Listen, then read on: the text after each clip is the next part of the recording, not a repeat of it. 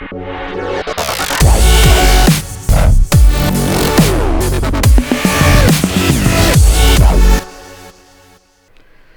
folks, Tim Neumann with Soft Light Studios coming to you once again from Columbus, Ohio, where our lockdown today is a little bit more painful because the weather's kind of nice out. You can see the sun beating in from the one side here into the studio.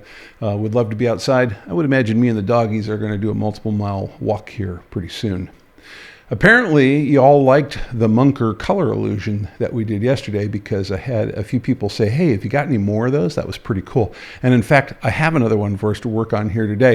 It's a little bit different layout, but I think it's pretty cool. And it's definitely going to have you exploring more with the elliptical and the rectangular marquee tools. You're definitely going to be doing more with the guide layout tools on this one. And I have another color set for you that you can load into the library control panel that I have put into a Google Drive for you. So look below for the download link for that color set if you'd like to load that in that way. I think that's a pretty cool feature. If not, just watch the video. I will definitely pause and let you get the color numbers for each color as I get ready to use it. So let's hop over into Photoshop and take a look. So let's get started by taking a look at what we're going to build today in Photoshop. So here it is. This is our color illusion that we're going to put together in a sample file, which, by the way, I'm not giving you. You have to build your own. So what we have here is this, what looks to be a purple background covered by an orange grid overlaid on top of it. And then at the intersection of each of those grid lines, we have yellow dots. And if you stare at this in the center long enough, those yellow dots, for the vast majority of people, appear to be pulsating between yellow and green. And I assure you they're not. That's just an optical illusion that your eye is bringing to the party, so to speak. Now, the American Museum of Natural History speculates that the human eye evolved to support this, what we would call ghosting of images within a view, as a mechanism for allowing us to keep close track of low contrast or similar color situations in our peripheral vision. Ultimately, the idea being that this allows us to keep a better eye on and quickly track predators coming at us. I could make a lot of comments about government assistance and predators at this point, but I'll just move on with the exercise. If we tear this apart and think about it for a second, as we look at these purple squares, if you will, they are clearly bigger in size than the guidelines are, both horizontally and vertically. And if you count this up real quickly, which we'll do here, there's 1, 2, 3, 4, 5, 6, 7, 8, 9, 10 of these purple squares down the side. The document is symmetrical both in height and width, so there's going to be 10 squares across the width along the top as well. They're obviously about, 5 times bigger roughly than the orange dividing lines there. So if I think about this, and I think that I have 10 of these squares, and I think that they're roughly each 5 times wider than the orange dividing lines, and I have 9 dividing lines, I would say, well, that looks to be roughly 59 rows. And because it's symmetrical, it looks to be 59 columns. So I've already in my head have a rough idea for how I'm going to set up the new guide layout just by kind of real quickly dividing this up as I'm taking a look at it. The other thing that I want to keep in mind here as we're taking a look at this is I definitely want to keep this document in separate layers. Now, we could build it all as one layer, but I think the notion of keeping it in separate layers, one layer for the purple squares, another layer for the orange grid, if you will, and then a last layer for our yellow polka dots, allows me a lot of flexibility in either fixing issues that come up or deciding to change colors later or what have you.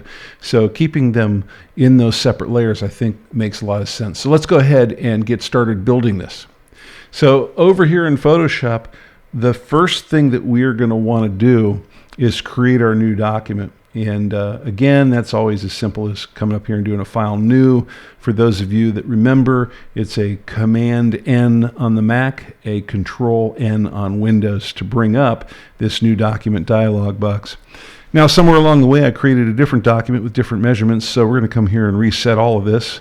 I'm going to set my width to 6 inches and my height to 6 inches, a nice 1-to-1 aspect ratio in the document.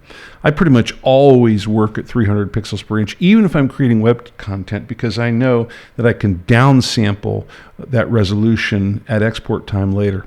RGB color mode is pretty much the color mode of choice unless we're getting ready to go to, for example, an offset press printer. But if you're doing any photographic work or photo printing work, that's just where you want to stay. 16-bit bit depth, I work there again all the time. Just gives me a much larger capacity for a larger set of colors. Again, always downsamplable. Last document that I created here, I did with a black background. I'm just going to switch this over to a transparent background. That's kind of my background of choice. And I don't know why I do that other than it's habitual, because I can always add a background in later, but I tend to always start this way. And last but not least, my color profile, ProPhoto RGB. Big color space gives me lots of color gamut. And again, I'm comfortable with that because I know at export time, I can downsample to sRGB for the web or Adobe RGB for print. So let's go ahead and create that. So there we have it. We've got our blank document ready to go.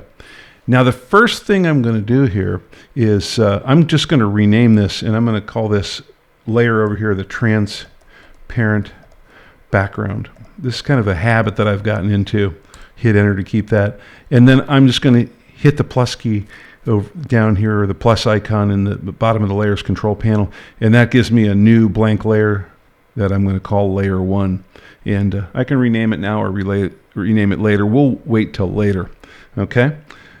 So the next thing I need to do here is I need to start building my guides here in order to lay out how I want to create both my grid and my squares, because they're all related to one another. And you'll find that once we get one of these laid out, the rest are pretty easy, which is going to make what looks like a complicated exercise turn out to be relatively simple. So let's go ahead and get started on that. So I'm going to come up here and I'm going to go to View, New Guide Layout.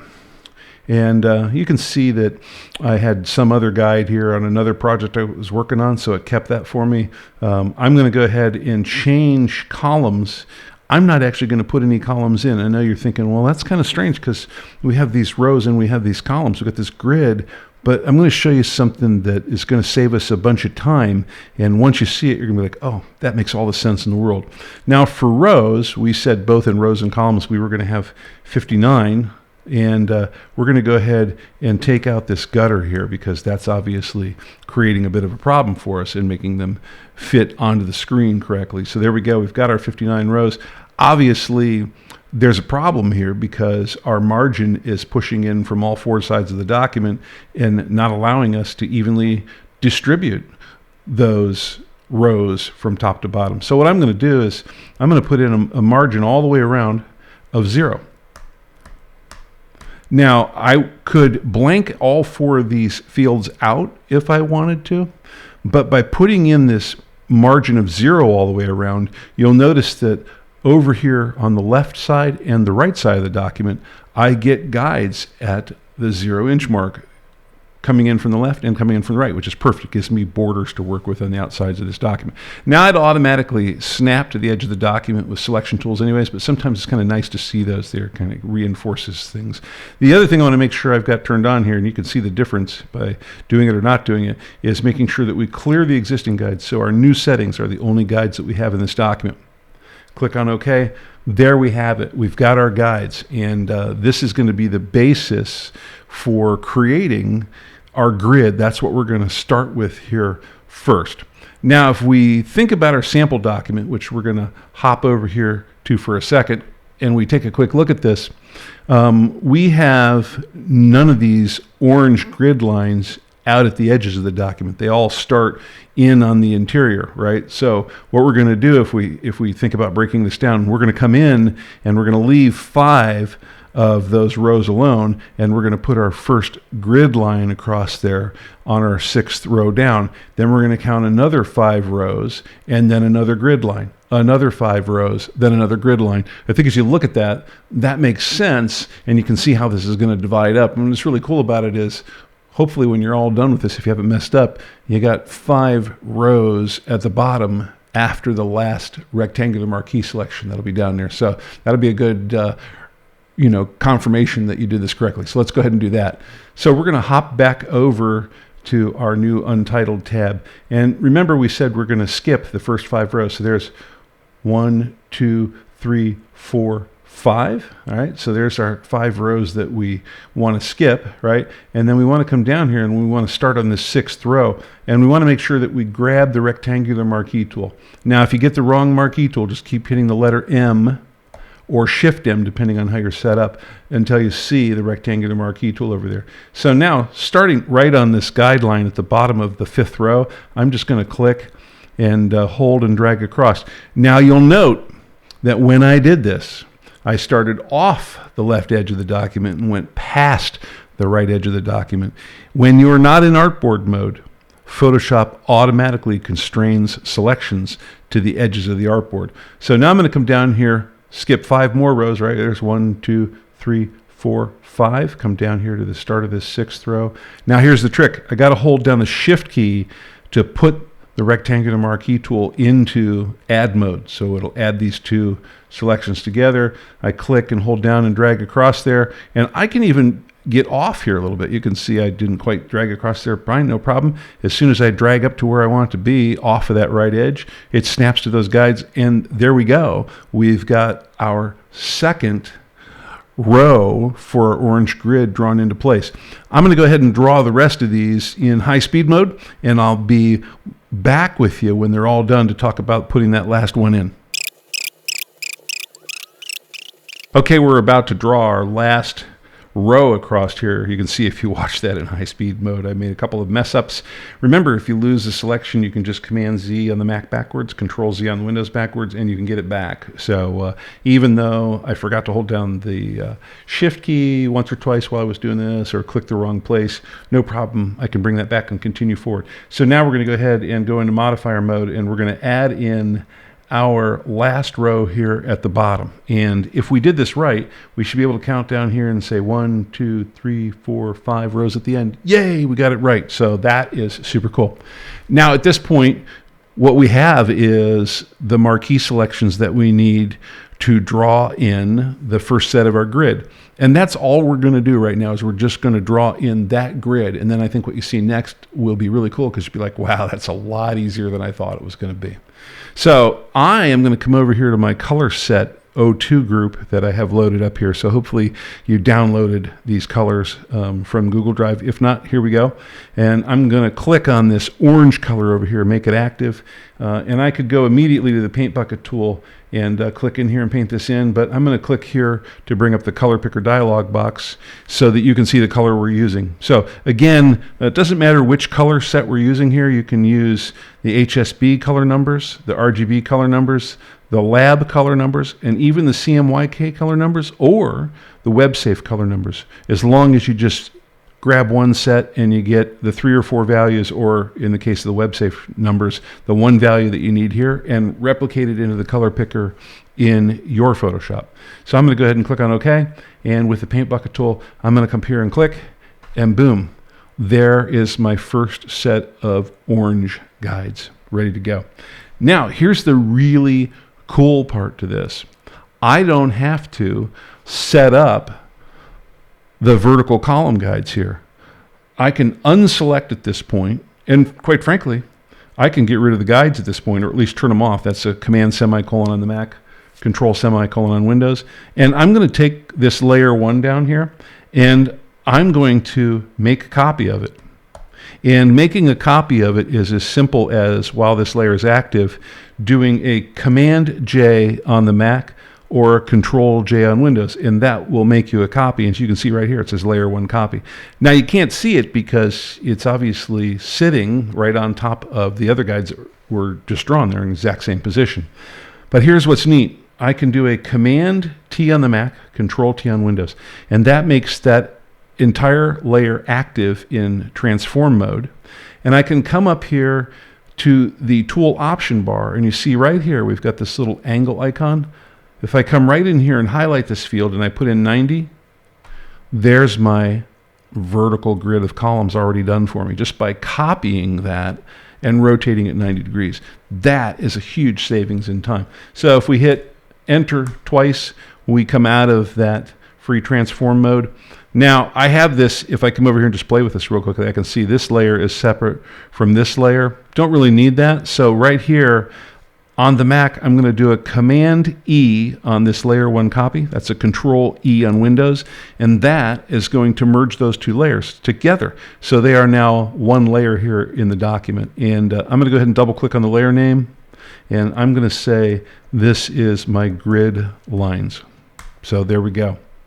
Now what I want to do is I want to go ahead and create all of those purple squares that go in here.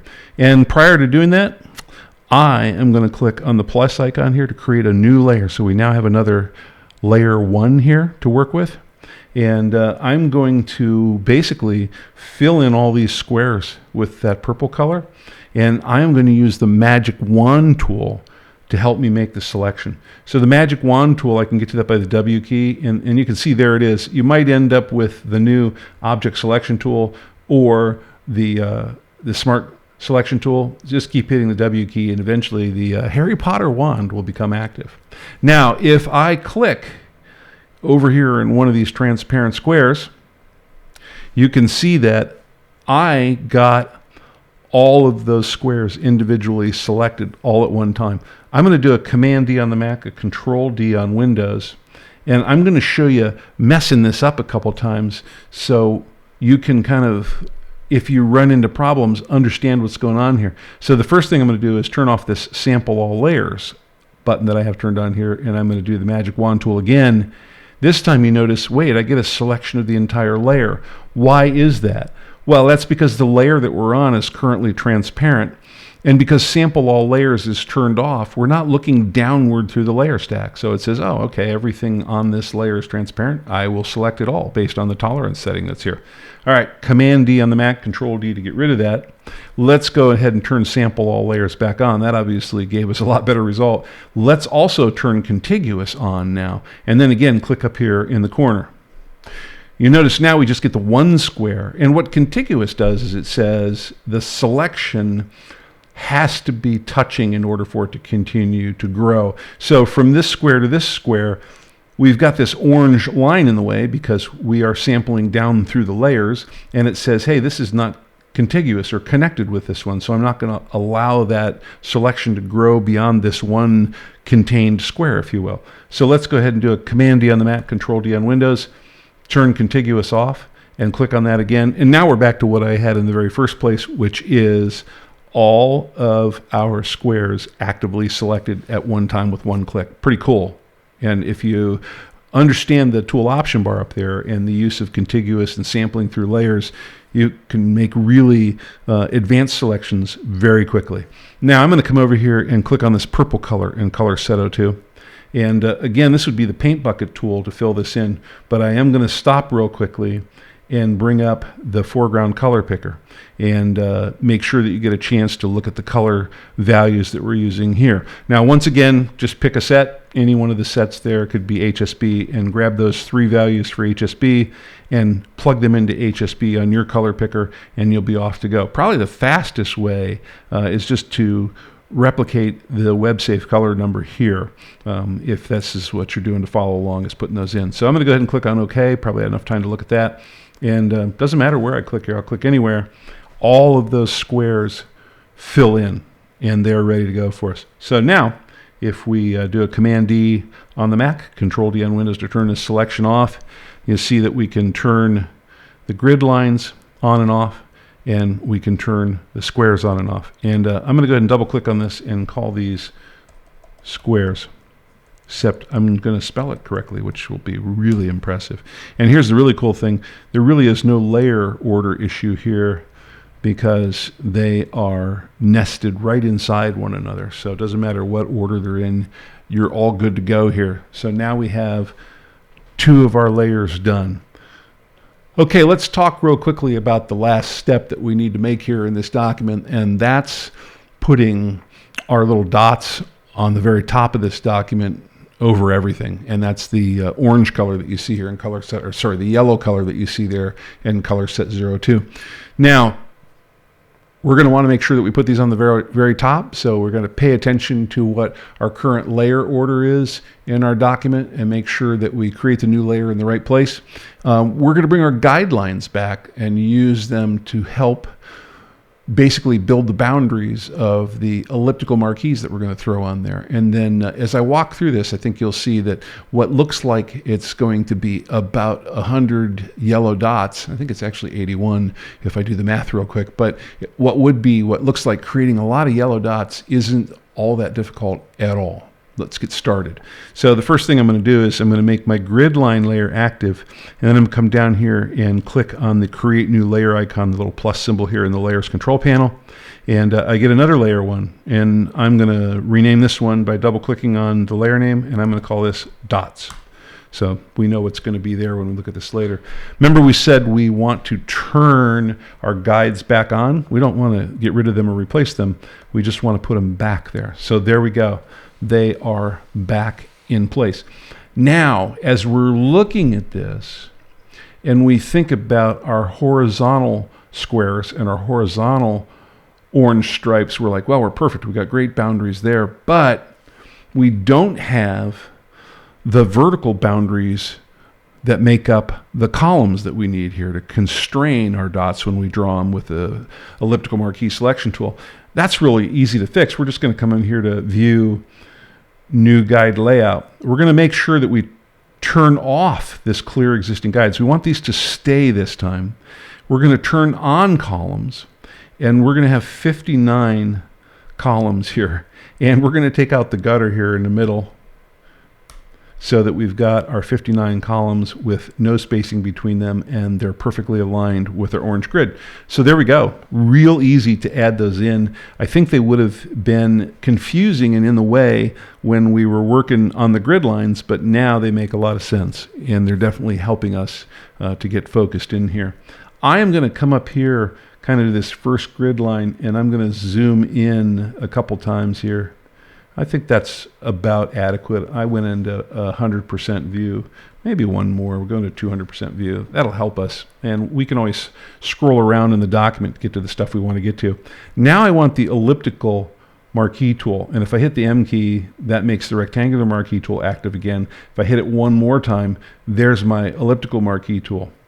Now, I'm basically going to start at this intersection point, and we know that when we draw ellipses, they always draw outward from our starting point. And then I'm going to come down here to this intersection point. And there we go. I, by the way, have a perfect circle there. And I didn't even hold down the shift key to get that perfect circle, because I'm going from a grid intersection to a grid intersection, and that grid has a 1-to-1 aspect ratio. I'm getting a circle automatically, so I'm not so worried about it here. Now, to draw this next one in, I'm just going to hold down the plus key, and there you can see I've added into that selection set.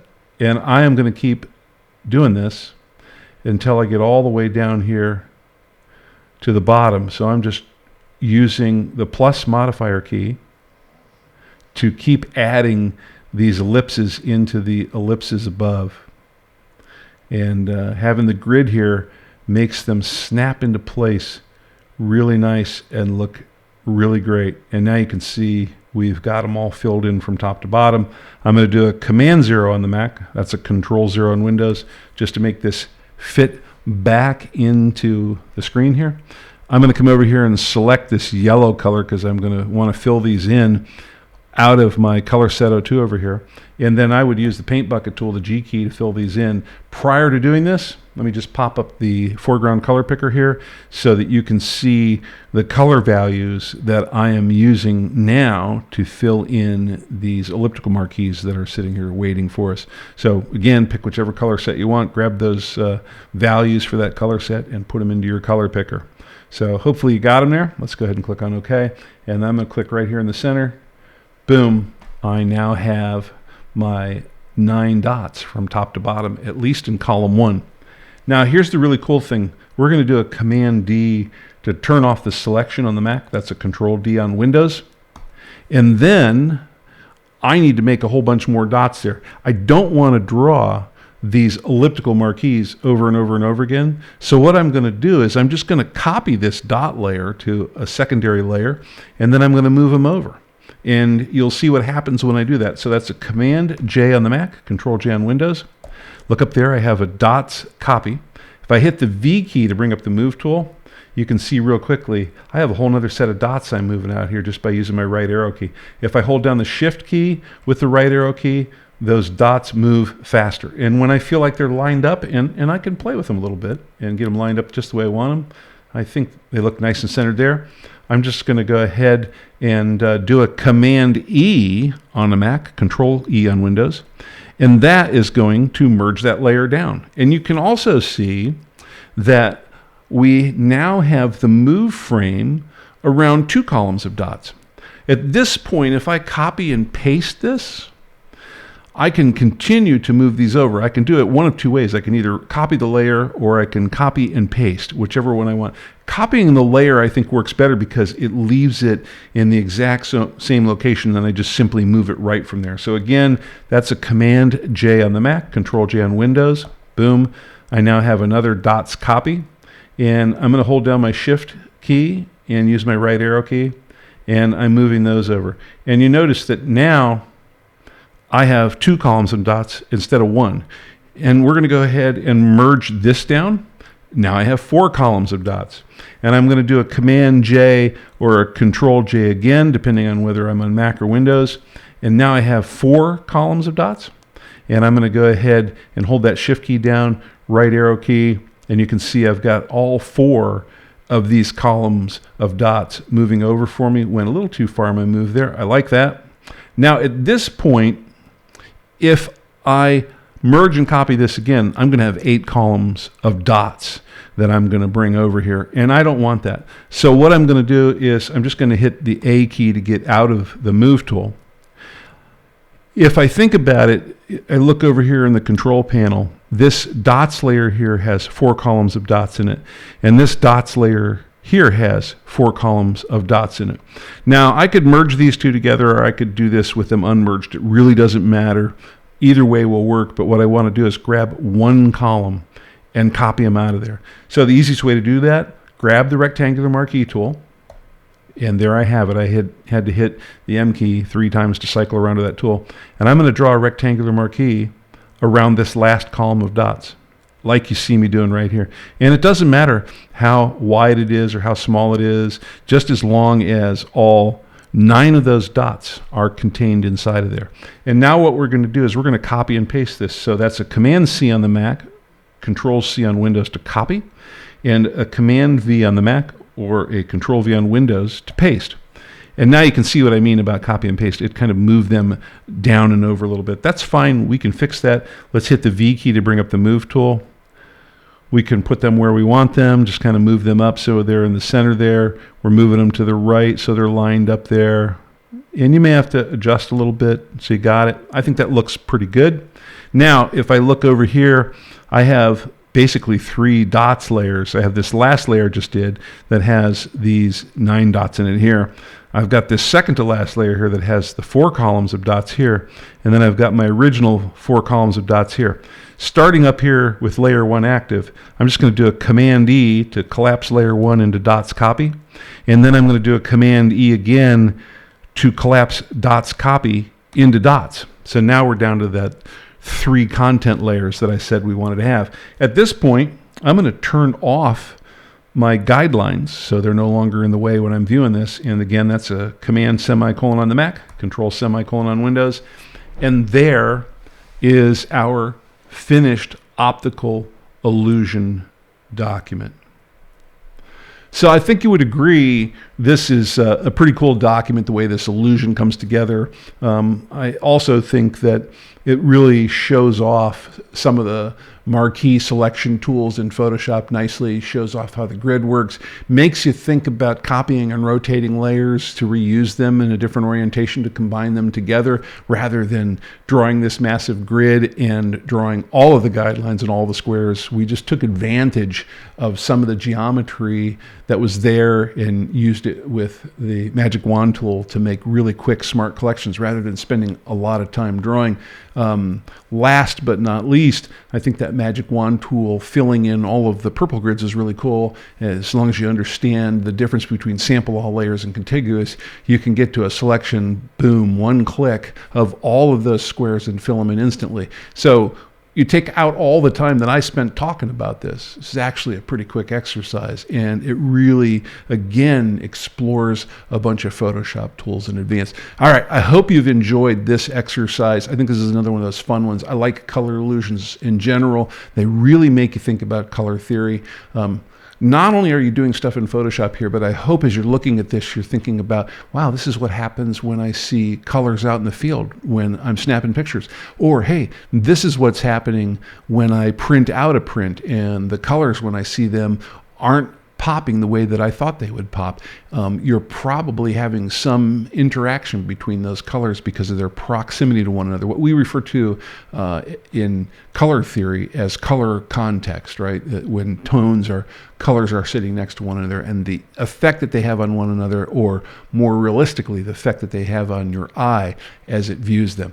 All right, folks, I hope everybody's staying safe and staying healthy. I know I haven't used this tagline in a while, but I still think it's important, and it's something that I look forward to, and that is learning equals skills, practice equals mastery.